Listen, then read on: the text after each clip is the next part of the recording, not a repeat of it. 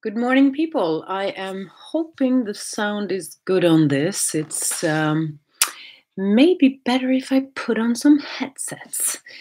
And well, welcome to Norway. It's a little dark where I am right now, but this is mornings in Norway when we have almost no light, and it's going to continue to be darker. So we really get to feel what it feels like to be in the month of Scorpio, which we are going into quite soon. Now let's see if I can plug in this. And did the sound get better? I don't know. Hello, hello, hello. Yeah, well, hopefully it will all be clear what I'm saying here. So yes, welcome to Norway, the land of darkness, and Scorpio. It's indeed very Scorpio energy for us these months because we have to live in this fading darkness, and there's just simply not enough light to keep the brain functioning well. You just want to hibernate. That's what you want to do. But that's just local weather. So I guess it's not that interesting for people around the globe. But it's very interesting how we get to experience the seasons in such a drastic way here up north. And about seasons, right now we are going into Scorpio season. We have 2 days left of the sun in Libra. I'll move into my kitchen where there's a little bit more light. Yes, and hurrah, you can now see that I am not quite awake yet. So, Scorpio season. We are also looking at a full moon that is coming up in about 3 days' time, and it's quite a full moon actually. Well, as the sun enters to Scorpio, well, it enters with a big bam, and it enters with full moon.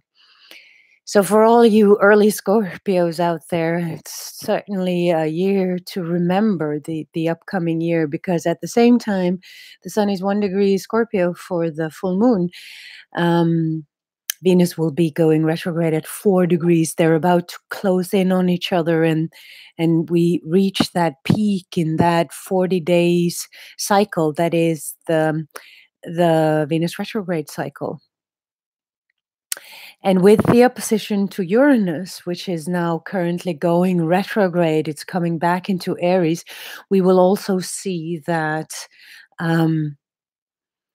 this particular energy that is Uranus in Taurus, that feeds into this full moon.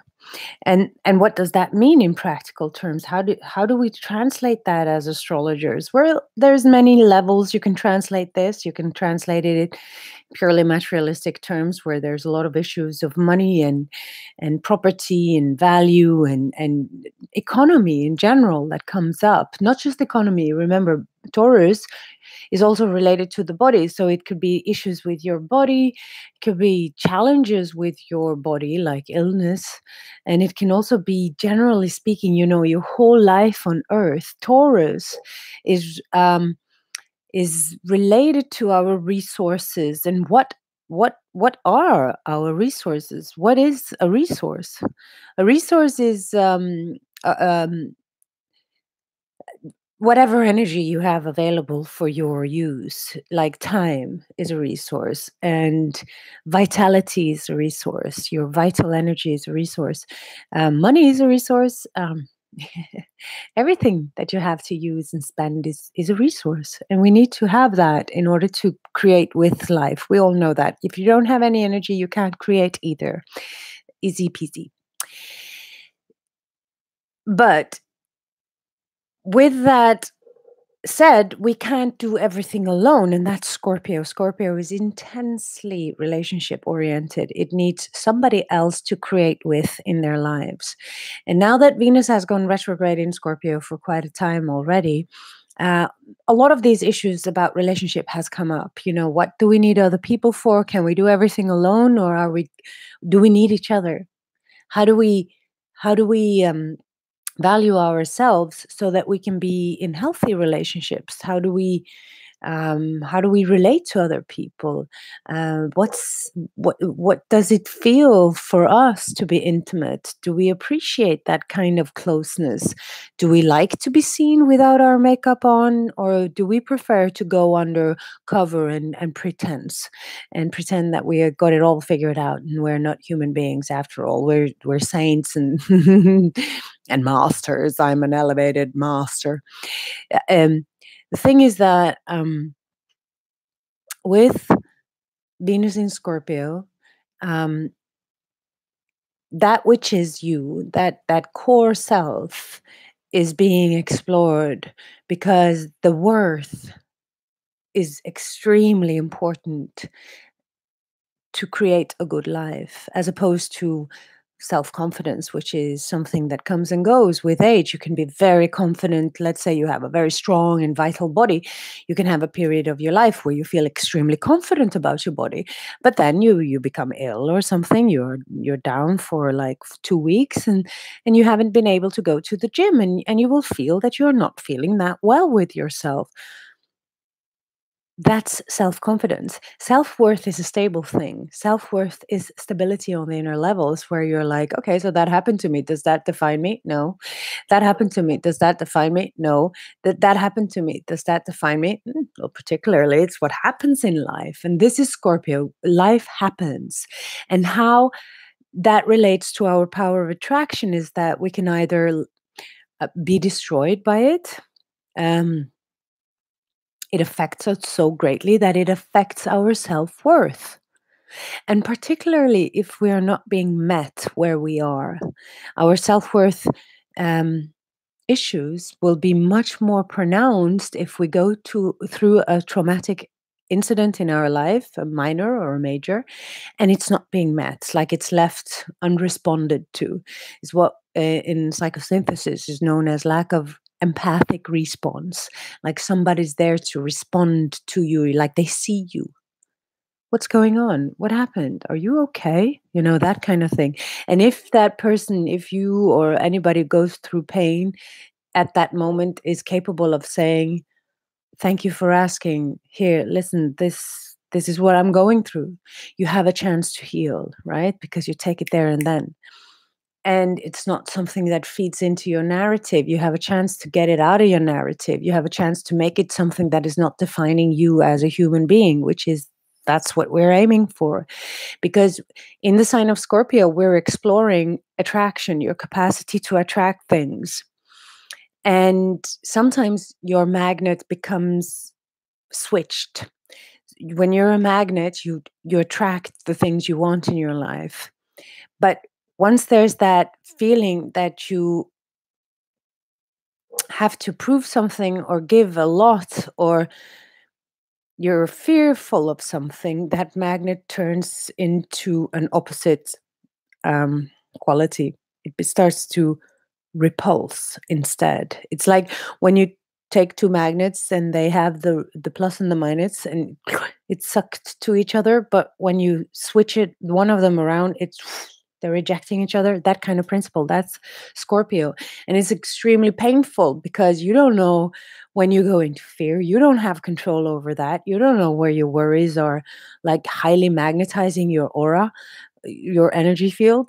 It just happens to most people. It comes up from Hades, from Pluto, from the realm of Pluto. It just comes up from our inner data bank of previous experiences, and we've all gone through a lot of trauma and shit in our lives. It's part of being alive, it seems, to just go through get a lot of beating. But the thing is that, how do we change that? How do we transform that? How do we transmute that? And that is the work of Venus retrograde in Scorpio right now. Whatever rejection you're going on the outside, whatever life experience you're in for the moment, it's not necessarily needing to inform you as a human being. It doesn't have to feed into your narrative unless you make it so. But how do you do that? Yeah, that's where we become more and more aligned. We work towards alignment. Alignment to what? To your true self. I've had so many cool meditations lately where I sort of got this just like this spontaneous image where I just see myself in a very free state, where I'm free from all this worldly weight. I don't want to be bombarded by negativity all the time and be part of it. I don't want to continue that kind of energy in my life. I don't want to be a spokesperson for that kind of energy. And I'm extremely sensitive to other people's energies, whether you believe it or not, because I make a pretty good I know how to sort of like pay attention to what goes on and at the same time stay with myself. So a lot of people don't get how, sensitive it's capable of being, because at the same time you're strong. Sensitive does not necessarily mean you're weak. It just means you are aware. It's an awakened state. Sensitivity equals consciousness. That's just it. And the more conscious you become of this sensitivity, the easier that kind of feedback loop with the world becomes, because you have now the opportunity to actually handle it. And I work a lot with this in my work. How do we handle how people respond and react to our energies? How do we handle that? How do we enter into somebody's energy, and it could be highly negative, or it could be highly destructive, or it could be highly aggressive, or extremely intense and very imbalanced. And how does that not move us? How can we be free from being pushed aside, or um, being in some ways challenge in our own happiness? That's intimacy. This is the trouble with intimacy in a lot of cases, is that we go through motions in lives that are makes it impossible for us to be like, hello, I'm smiling. And due to our codependency patterns, which is very hard to avoid when you live close to somebody, or you are cooperating with someone, or you are in some sort of relationship to some person, it's hard not to be affected by each other. But people need to go through their own processes, and it doesn't necessarily mean they have to withdraw all the time in order to be there. I mean, that's how a lot of people solve their problems: withdrawal. I'm in a bad mood. I'm going in under the covers. I'm having a rough patch in my life. I'm moving over to something in the surface. I'm distancing myself from that which is, but it's still there and we can feel it. It's Scorpio speak that psychic language where you are like, you're tuning into the hidden things. You're reading in between the lines. You're picking up on things. Now, Uranus in Taurus for this particular full moon is feeding into this energy. It's like, okay, so I'm going through this very intense get to know your self-worth period, having an experience of life where things are as they are, informing my life about how I am worthy, if I feel worthy. And at the same time, Uranus is in Taurus for this particular full moon, and that has a lot to do with actually the temptation to withdraw.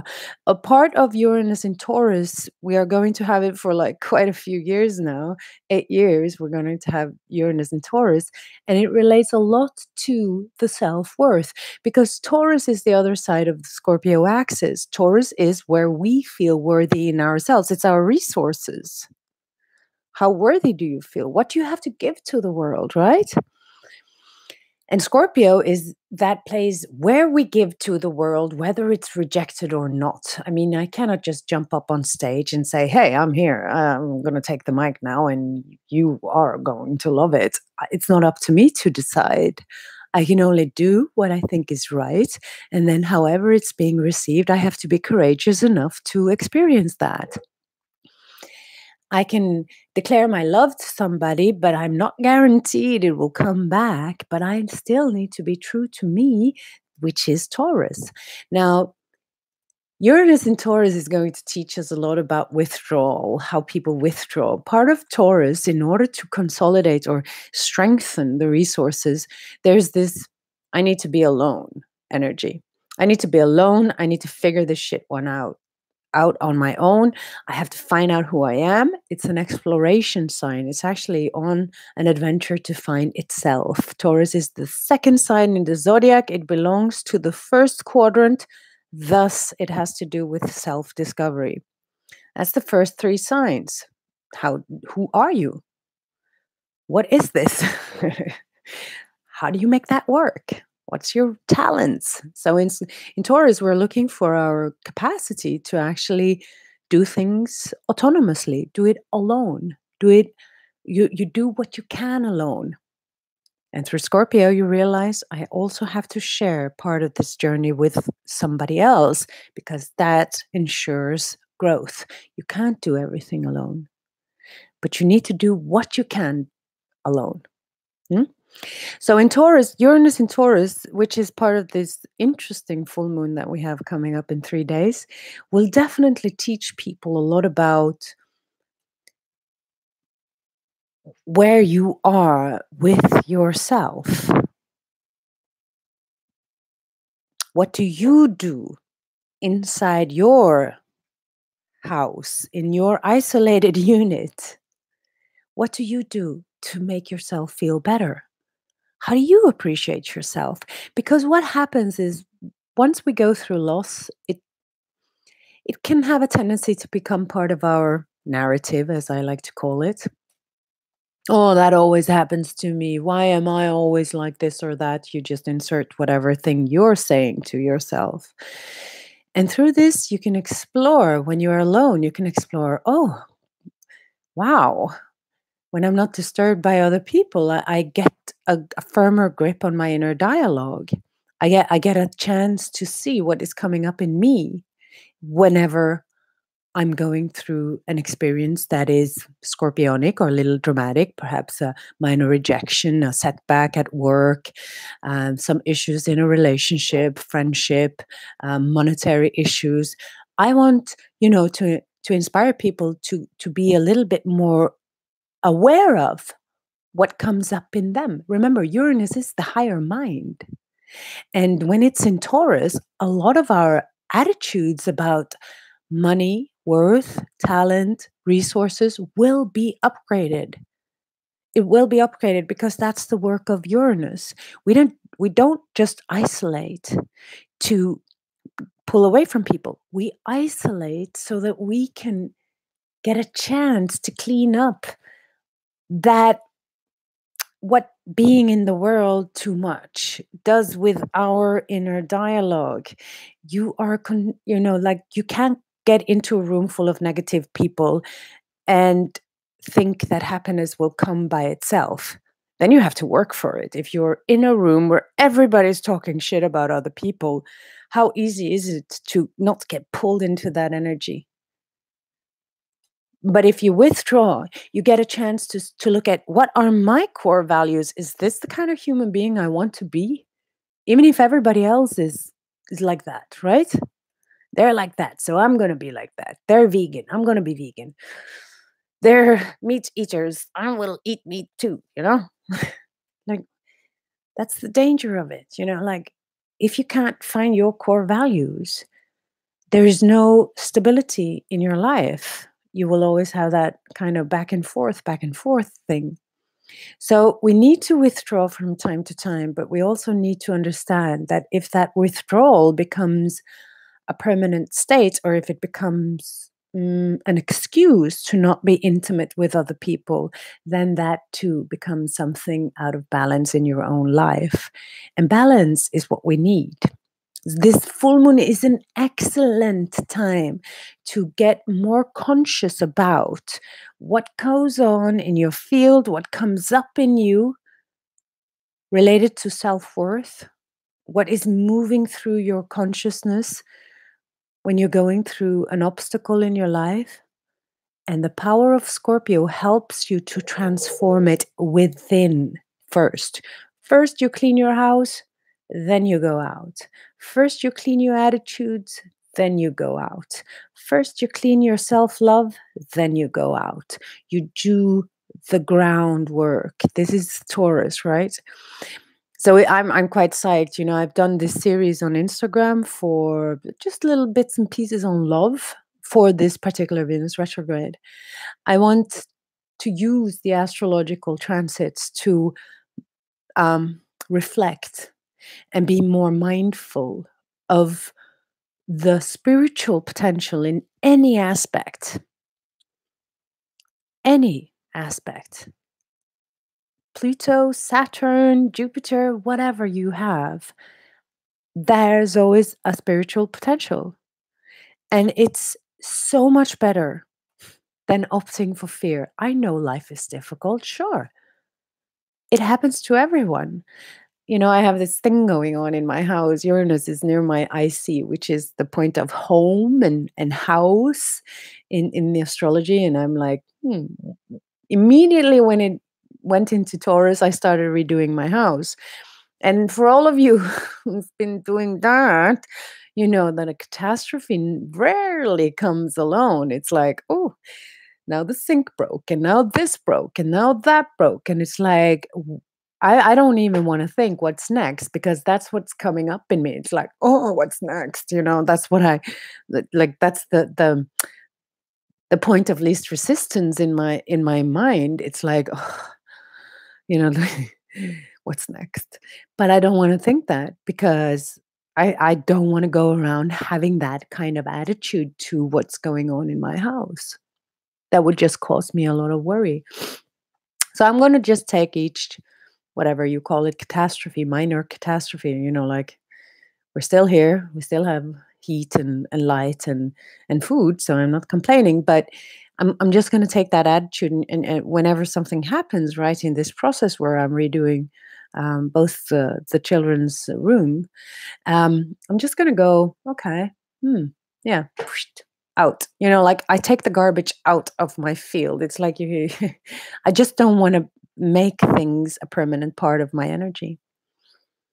And I think that's just part of the gift that this particular period offers. It offers this opportunity to clear out your inner house, so you move into the world refreshed and healed before you start interacting with the world. And then you know so much better what is mine and what is the other person's energy.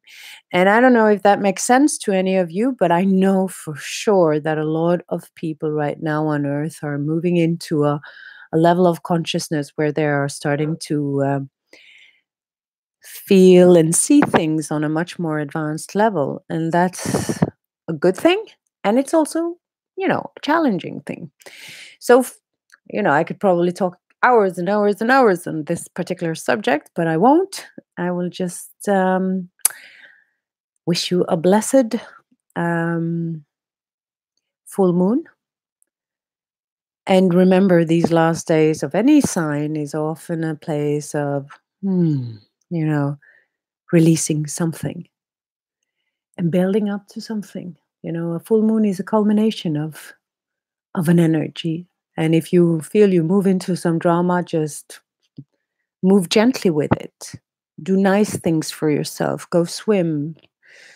Go for a sauna. Have good, nourishing food. Relax, rest, read a book, do something nice for yourself. And then you can move with the drama as if it was just another wave of life, and it comes and it goes.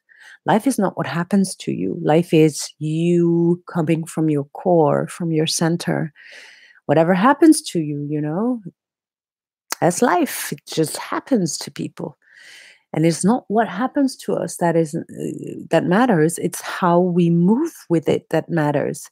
And if we have the help of each other, the enthusiasm, the encouragement, the love and support from others, anything can happen. I saw this video yesterday on Facebook about a boy who was born with two very rare, um, I don't know, how do you call that in English? He had some dysfunctions from birth. He was blind and he was unable to walk, and they knew this from the very day he was born. Yet his father insisted that his son would have a worthy life. So his father was a musician, and he taught this guy. He put this son on the piano from the age of 2. He made this his son. He wheelchaired him around so that he could play in the local court orchestra. uh, and um, he did everything in his power so that his son could have a natural and normal life. And his son saw that it's not what you're born with that's the challenge. It's how it's being met, it's how it's being dealt with, and it's how it's being um, approached. That is the problem. It's not what you get, it's how you use it. So, with those words, I hope you remember that, because we all get beaten around by life. We can't fall in the trap of comparing ourselves to people who inherited a lots of money or whatever you want to compare yourself with. You are where you are. And that's it. That's the reality you have to face. Same for me. I am where I am. I can't change that. Right now, the situation is what it is. How do you move with it? That could be the great challenge. It could even be fun, right? Yeah, if you're up for some Scorpio fun, I mean, it's always fun to walk around in Hades and see, huh, I wonder if I can transform this shit. But yeah, it's worth a try. So bless and have a beautiful full moon. Thank you for watching. Mhm.